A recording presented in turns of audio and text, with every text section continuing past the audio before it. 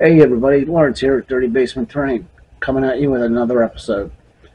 Now at the time of the recording of this video, Valentine's Day is right around the corner, a couple weeks, but plenty of time that you can craft something for Valentine's Day. Do you really want to be one of these mindless zombies shopping around with what might be acceptable from the leftovers on the day of because you forgot? Sometimes the shelves aren't too full. Yeah, you get candy, you get roses, do all that. Why do you make something? Use your skills, get crafting for making something. Something like this. You could also use it for the tabletop for a romance or a romantic encounter theme for your tabletop. But anyway, this is what I came up with, and I'm going to walk you through how I made it. Like I said, this is the way I'm making it, not necessarily the way you have it, but I'm here to give you an idea. Enjoy, guys. Just making a template for the hearts themselves. I drew out half a heart, and then on another piece I traced it and then flipped it and traced the other half so it would be even. And now that I've got the template attached to some foam, I'm just cutting it out on the Proxon. It's a pretty simple process. Templates help with this. You don't necessarily have to, but I choose to.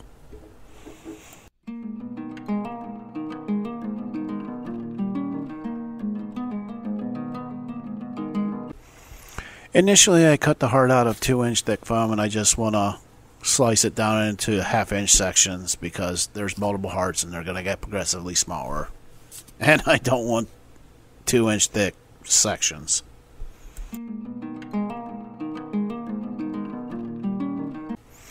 And now I'm taking the original template and I eyeballed a smaller size heart inside of it. Just tried to keep it as even as I could, approximately. And now I'm just going to trim away the excess so I can cut a smaller heart out.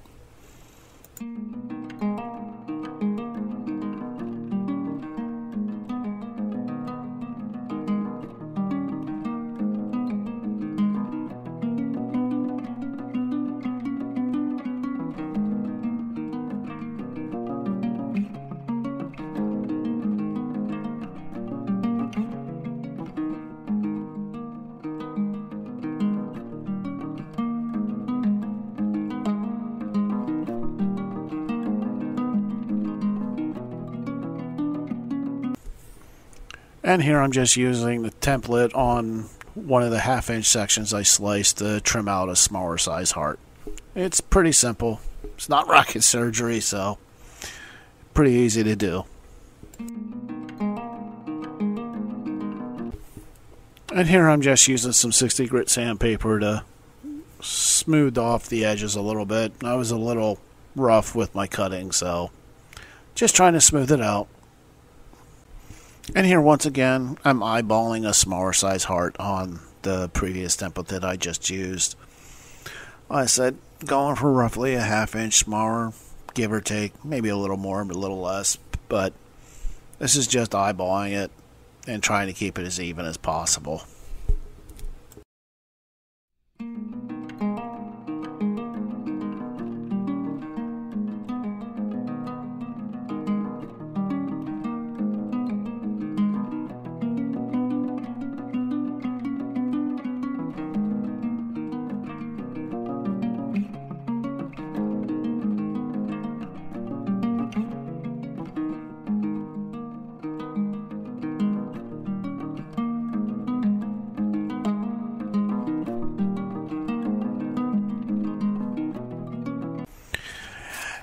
I really didn't like the way that the two smaller hearts were when they were a half-inch thick, so I'm trimming them down to a 1/4-inch thick, which, I just set my Proxon to the right depth and just run it through and make them thinner.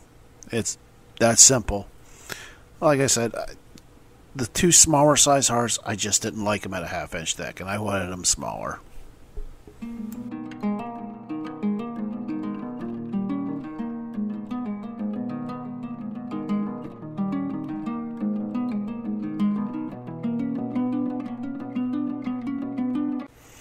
And here I'm using the classic foil ball technique to add some texture to the stone hearts. It's a pretty simple, well-used method. So just just a wadded ball of foil and roll it onto the foam. It's a simple, easy, well-used trick, and it's effective. You will get a great stone texture by doing this. So if you have a different way of doing it, go for it. But like I said, this is a classic and it works, so I'm going to stick with it.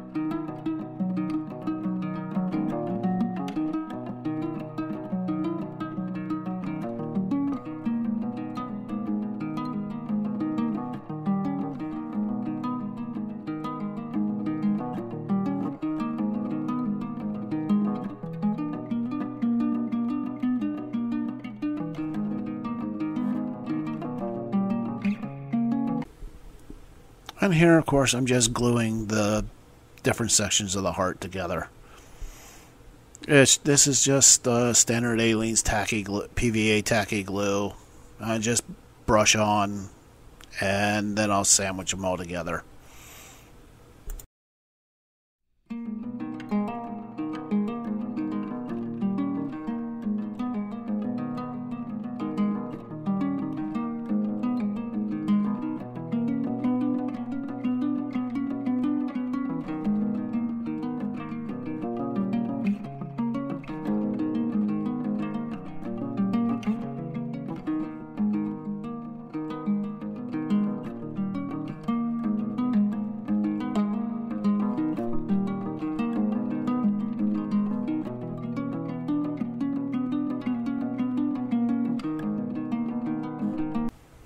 Up until this point, I hadn't actually decided what the base was going to look like, so here I'm just kind of like, you know what, that looks good, trying to get an idea of where the heart's going to go. And I'm just using my Alpha knife to cut the 1-inch foam that I'm using down to a more manageable size for when I actually cut it on the hot wire.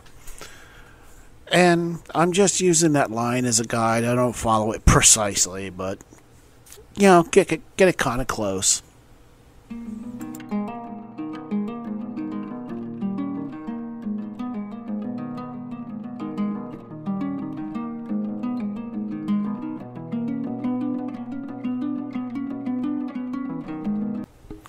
And here I'm just using my trusty Alpha knife to trim away the edges and get more of an angle to the outer edge of the board, the base itself. Because I'm not going for a rock pattern, I just want a smooth transition from the top of the base to the actual tabletop or whatever you decide to place this on.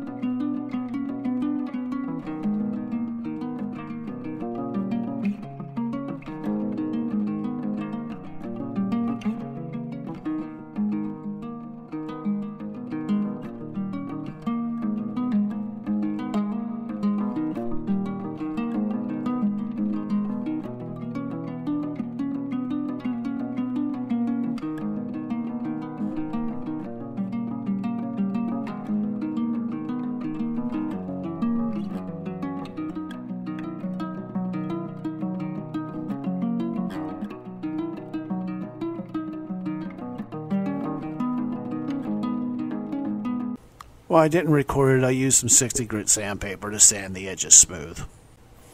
I grabbed a couple handfuls of some pre-made blocks that I have sitting around, and I decided that I wanted sort of like a partially built brick wall behind where the hearts are going to go. So I said, I just grabbed a couple handfuls of different sized blocks, put them on the table there, and just start randomly grabbing different pieces and started building a cruddy looking little wall behind it. And it's like there was no plans or pre-thought notions to how this wall was going to look. I just kind of wanted it to be like a bit of random blocks, and that was it. That's what I did for this.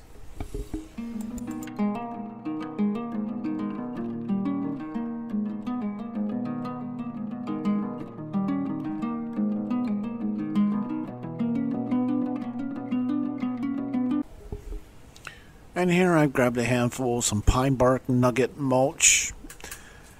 And I need to, well, what I want to do is put on some rocks. And I'm just gluing a pile together.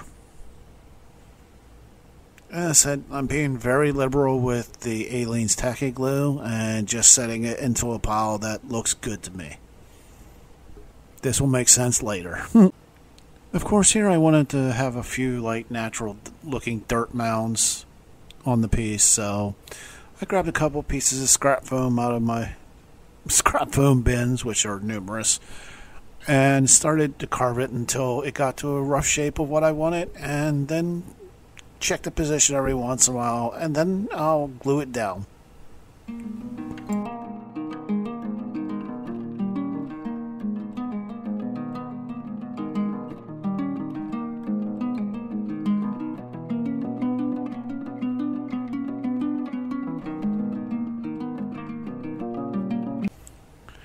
And here I used a Sharpie to trace around the base of where the heart was going to be and just trying to figure out the exact position.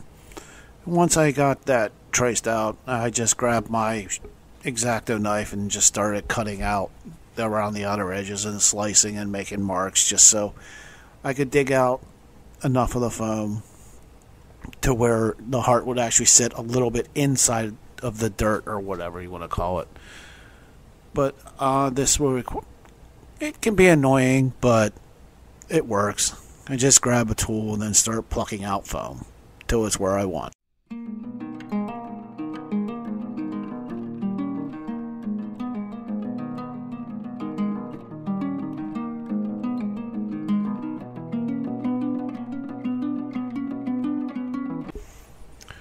Of course, there's a bit of a gap there between two of the slices, and I wanted this to look like a solid piece. And plus, I also have to address the holes that were made from the push pins, which I was hoping I wouldn't have to, but they did show up. But this gap and those holes are an easy fix.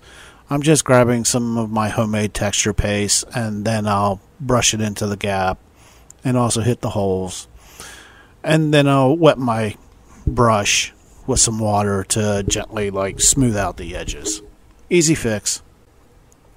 And here I grab the fine tip Sharpie and I'm just drawing out some cobblestones because I want a cobblestone path up to the heart. Now I'm grabbing my expensive sculpting tool, a pencil, and just tracing around the lines and giving some definition to where the cobblestones go thanks to the pen. And eventually I figured out, you know what, I can skip this whole Sharpie step and just do it eyeball because it's quicker and it's easier and it's going to look good either way. So I stopped using the Sharpie to draw out the stones themselves. Of course, now it's time to use my second favorite material, Sculpt-A-Mold. This is a pretty simple process. It's a 2-part Sculpt-A-Mold to 1-part water if you need exact measurements.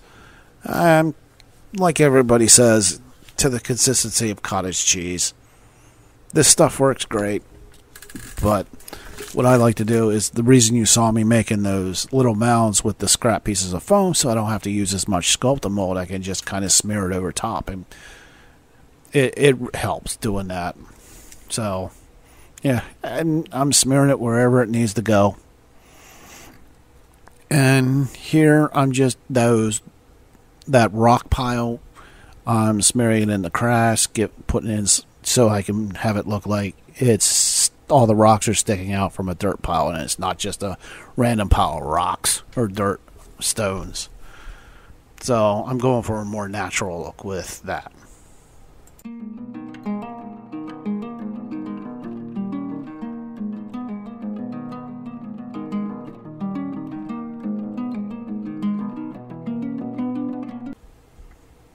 And here I'm just smoothing out the sculpt mold in certain places to give it a more natural gradient, and grabbing some chunks and putting onto the brick wall that I built to make it look like it's just kind of been there and dirt's kind of built up over time, or it's sunk into the ground.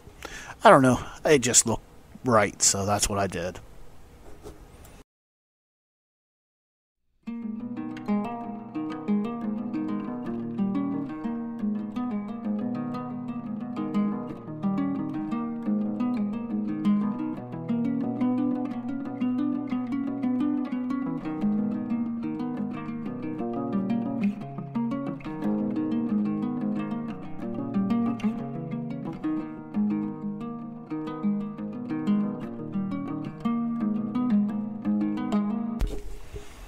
And here I'm just brushing in some tacky glue into the hole where the heart is going to go. Being a little generous with the glue. You can use hot glue for this part right here, but I just use tacky. No real reason.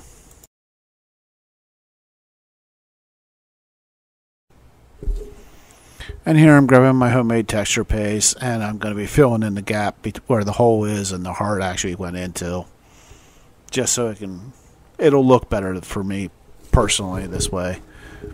And I'll get the front side, make it look like a little bit of a dirt build up to it.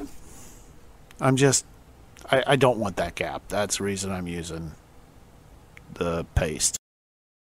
And now I'm using my texture paste to add on to all the spots that didn't get any sculpt mold or have any texturing like where the cobblestones are. But I'm just giving all the foam pieces for the ground a coating of texture paste just to, give it some texture, because I don't want perfectly smooth dirt.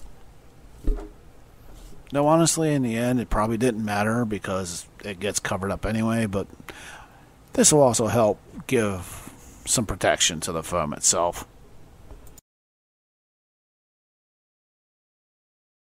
And of course, everybody's favorite step, black Mod Podge.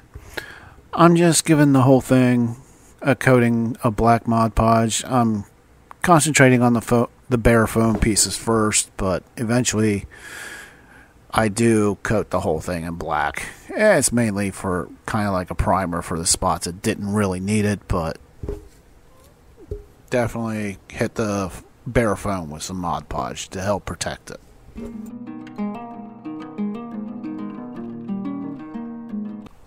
Yay, finally adding some color to this. I'm hitting all the stone pieces with my go-to base color gray of dark blue gray from Apple Barrel. I just want to get 100% coverage on all the pieces that are stone with this gray, including the heart.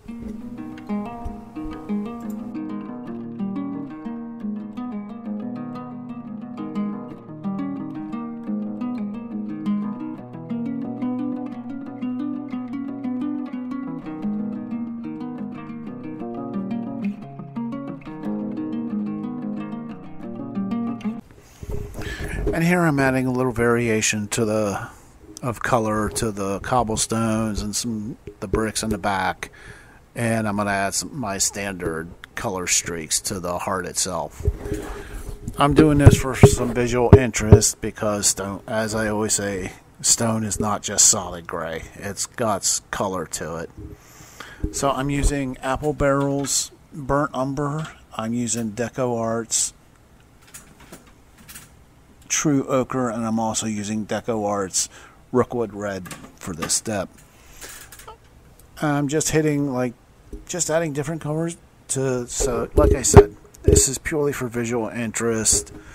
Will it be mostly covered up? Yes, but it will give a light variation, and in the end I think it looks good, so that's why I always do it.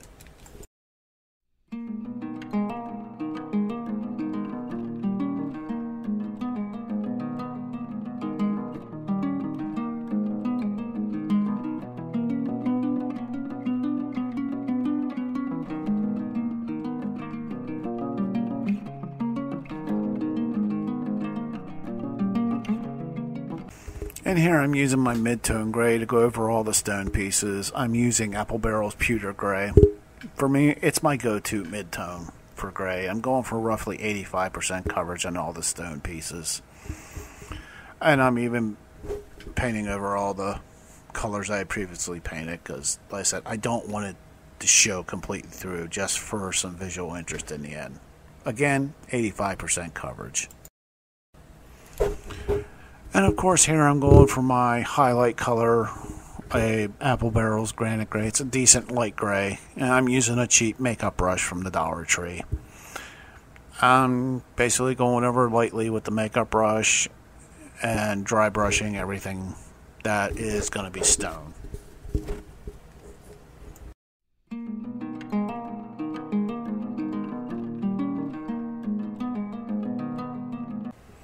And here I'm using my homemade dark brown wash and going over all the stone just to give it in some shadows and whatnot, and to also give it a more natural, dirty look, because, like I said, stone isn't just gray, so I just wanted to have a more natural look, like it's been exposed to the elements. Dirty, honestly.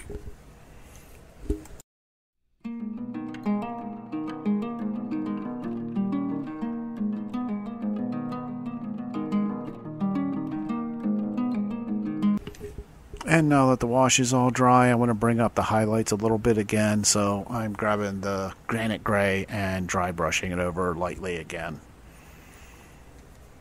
Just to bring up the edge highlights, and it'll still have that like dirty look to it because of the wash. Of course, now it's time to paint the dirt.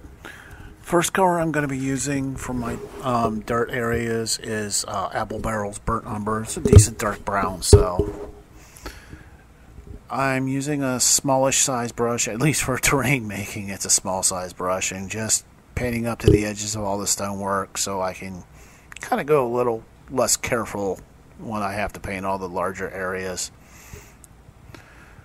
Now that I've got all the edges done, I can grab a larger size brush and just kind of just get it done, you know. There's no other way to put it. It's just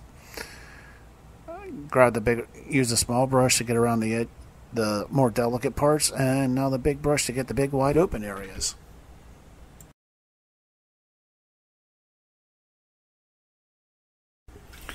I grabbed a smaller size brush to paint all the dirt in between all the cobblestones. I honestly at first considered not doing this at all because I thought it would be a pain, but it actually wound up being kind of relaxing and easy to do, so I did it.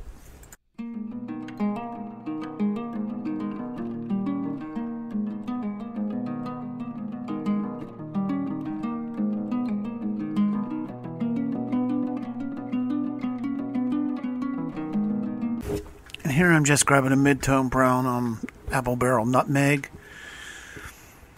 And I'm the same with the stone. With the mid-tone, I can go for roughly an 85% coverage over all the dirt areas.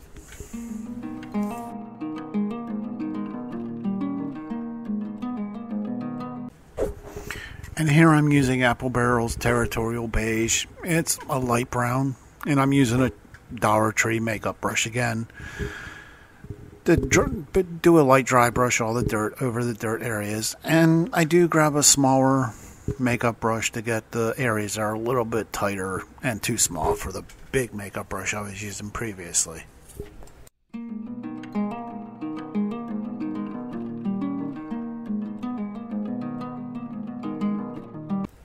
And here I'm gonna start adding the flock. I'm using a 50-50 mix of water and PVA. I don't want to go with full strength PVA for this, and never liked how it winds up looking, so I use the watered down version. And I'm using all Woodland Scenics products here. I'm using coarse turf light green. I'm using fine turf burnt grass, fine turf earth, and fine turf yellow grass. I give it put a little bit of the coarse turf on just to give it a little variation in texture.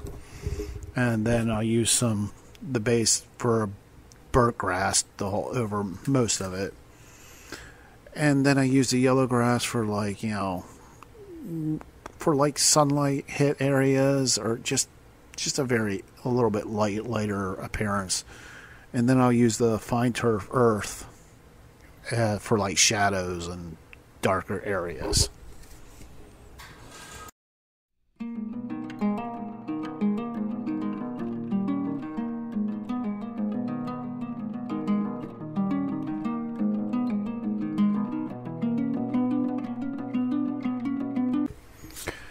And here I'm using some light green and medium green clump foliage to make some bushes. Because I figured, this needs bushes. And I'm using some Hobby Tack, which is just basically thick PVA glue, kind of like Aleene's Tacky. Then, of course, I'm actually going to be using some Aleene's Tacky glue in that little cup to attach some pieces on top of the bush. But again, this is just some clump foliage and some tacky and some PVA glue. And I'm using the different colors just for some variation and visual interest.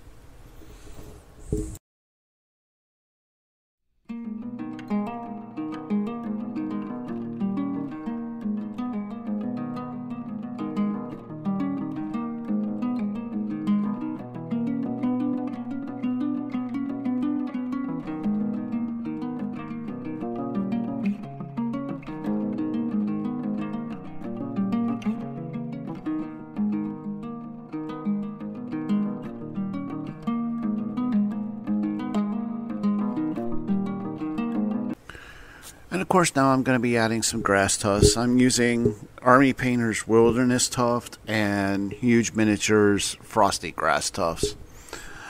They have a different contrasting color scheme to them, and like I said, I'm trying to keep the visual interest up on this one because it is a gift after all.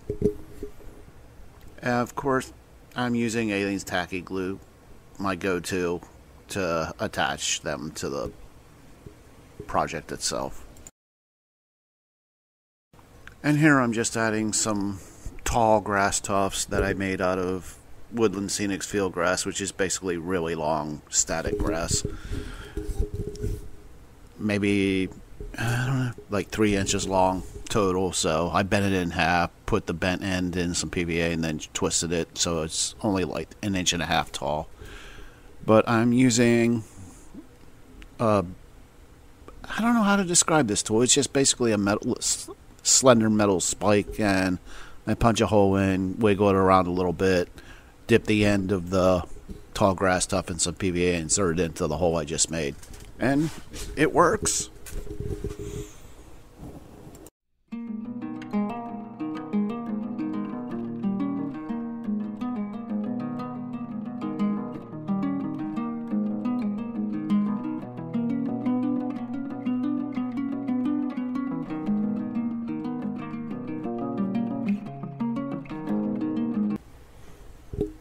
And of course here I'm just adding moss.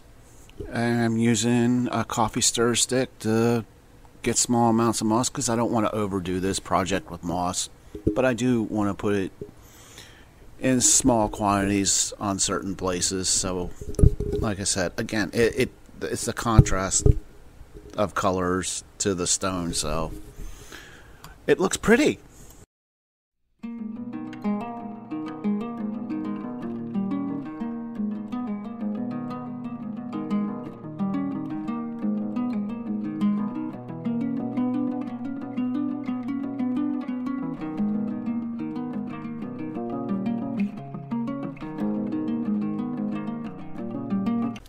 And of course you can't do a Valentine's Day themed project without adding flowers. I'm using Huge Miniatures range, all 3 colors I'm using. I'm using Huge Miniatures Spring Mix, Magenta Flowers, and Teal Flowers on this. And again, I'm using Aleene's tacky glue to attach it to the flowers to varying spots. When I started, I didn't have any real thought out plan of where the flowers to go. I just stuck them where I thought they looked good, honestly. Well, I did concentrate the flowers on the front hat part of the project. Like I said, just put them where I thought they looked good.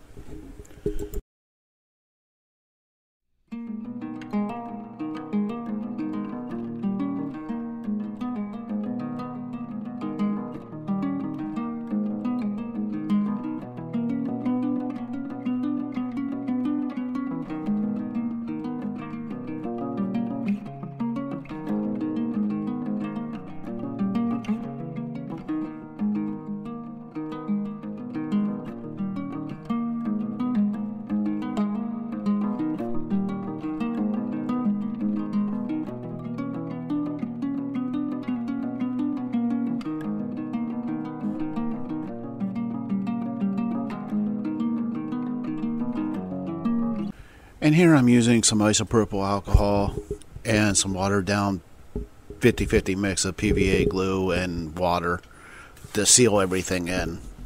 This will help keep pieces from falling off. The alcohol is used, it'll break all the surface tension on whatever you're trying to seal in, and then the glue will seal it. Then after I do the bushes, I sprinkle a little bit of Woodland Scenics Fine Turf Yellow Grass for some visual interest. And then of course I'm doing the same method on all the flock or the grass, which again helps seal it in and keeps it down from flaking off or coming off. It's a method I learned from over at the Terrain Tutors page.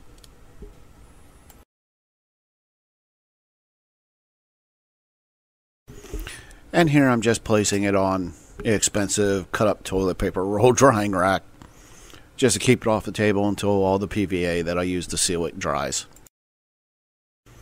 And here it is, all dried and ready for its intended recipient. See, it doesn't take a whole lot of effort, guys, to do something nice with your crafting skills for someone else.